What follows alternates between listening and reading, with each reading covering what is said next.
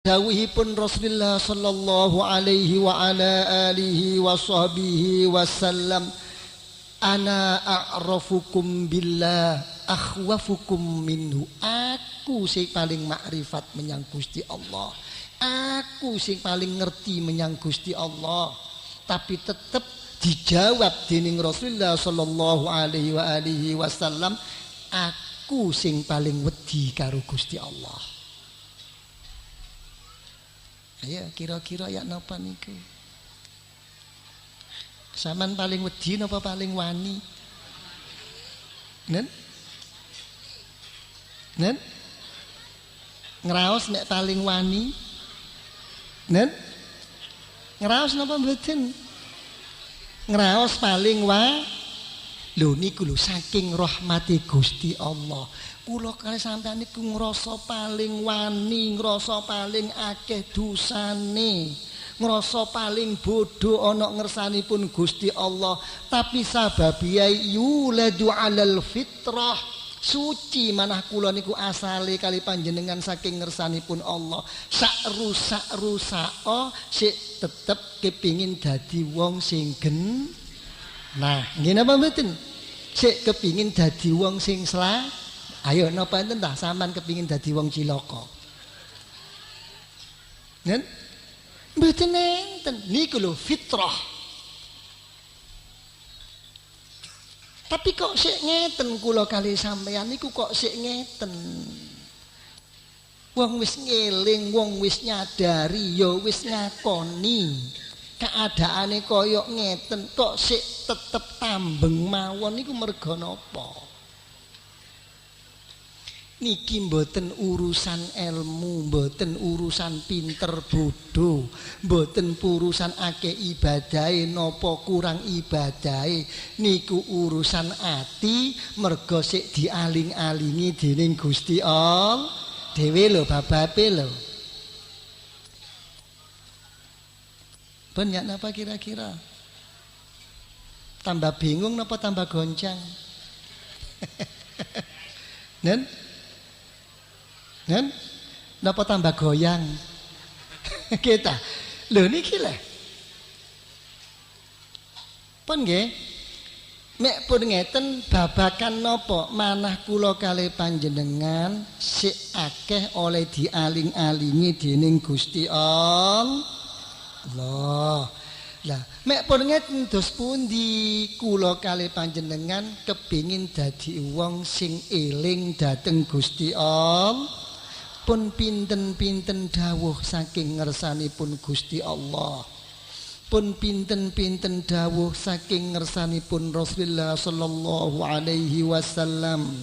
Pun pinten-pinten dawuh ingkang dipun aturaken dening para aulia wal ulama wa ibadillahis sholihin ngingingi dhateng utamanipun zikir, utamanipun tiyang ingkang zikir, utamanipun napa manahipun kebikak kersa napa kumpul-kumpul zikir.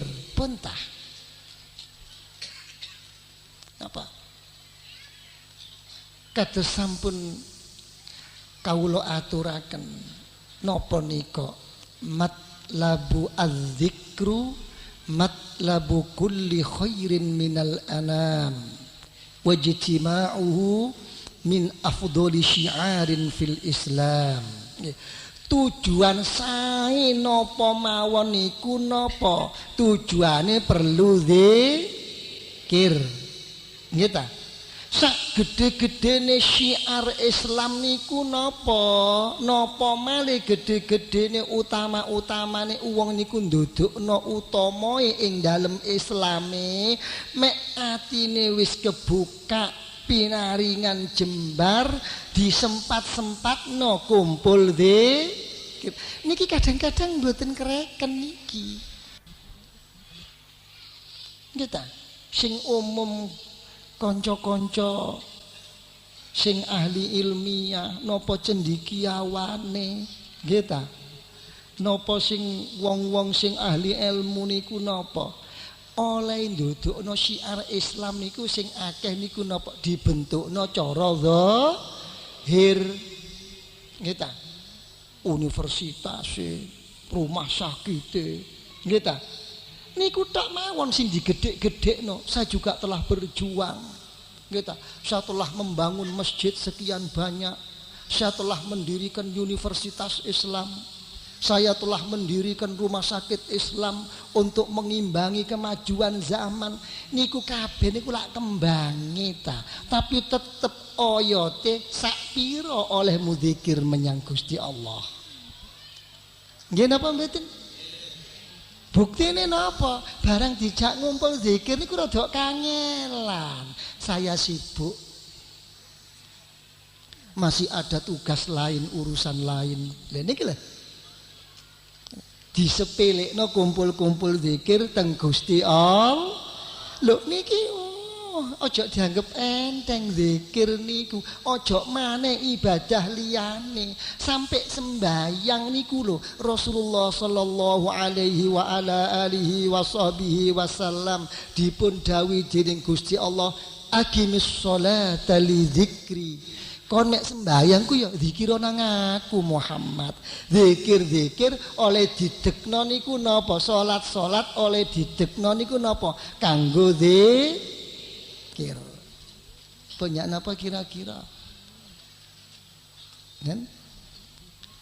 Pun saged zikir napa dereng? Ah mosok. Wong padha tuwa ngenten lah. Pun saged zikir napa dereng? Nen lah wow kali wingi-wingi niku zikir napa maca zikir napa nen zikir napa maca zikir sing kathah niku maca sik durung lho niku lho. Zikir niku menawi nderek pemanggihipun para ulama-ulama al-wasilin al-muhaqqiqin akbaru minas shalah wa afdalu minal jihad fi sabilillah was sadaqah bizahab wal warik wad dinar. Zikir niku luwih agung tinimbang sembayang, luwih utama tinimbang jihad, luwih mulya tinimbang sedekah napa mawon. Napa senajan salat niku agung, tapi tetep kadang-kadang salat niku mboten angsal. Tapi zikir napa enten zikir mboten angsal. Mboten enten wong nglarang zikir, sampai numpak bojo dikongkon zikir kok. Nggih ta? Coba monggo sampean numpak bojo karo salat, kebingungan sampean. Nggih ta? Ayo. Coba nggih. Numpak bojo ngetepake rukuk, bingung sampean. Nggih ta? Lho engken dhisik. Mboten enten zikir niku dipun larang niku mboten teng pundi mawon. Mek gak kenek nok lisan mesti nok ati. Nggih napa mboten? Tetep napa zikir niku wonten ing keadaan napa mawon. Wekdal kula kalih sampan wekdal taat dhateng Gusti Allah ya butuh zikir. Waktu maksiat menyang Gusti Allah ya butuh zikir. Nggih napa mboten? Lho kok saged ngeten lho? Mboten tentu. Sebab sampean niku ndelok maksiat terus zikir dadi mandeg. Kita wekdal sampean seneng butuh zikir, wekdal sampean susah ya butuh napa mawon nempun zikir niku nadeg zikir, lungguh zikir, ndodok zikir. Nggih ta? Masih tukaran ya butuh sampean dimusuhi wong ya butuh macem-macem zikir niku. Ngaji niku ya zikir, maca Quran ya zikir, selawat ya maca zikir. Lelakon napa mawon mek ditujokno menyang Gusti Allah ya niku napa mawon lembut. Kita ojo dibatesi zikir niku teng masjid teng langgar. Mboten kurangan kok tukang becak niku nggih zikir kok. Zahire tapi atine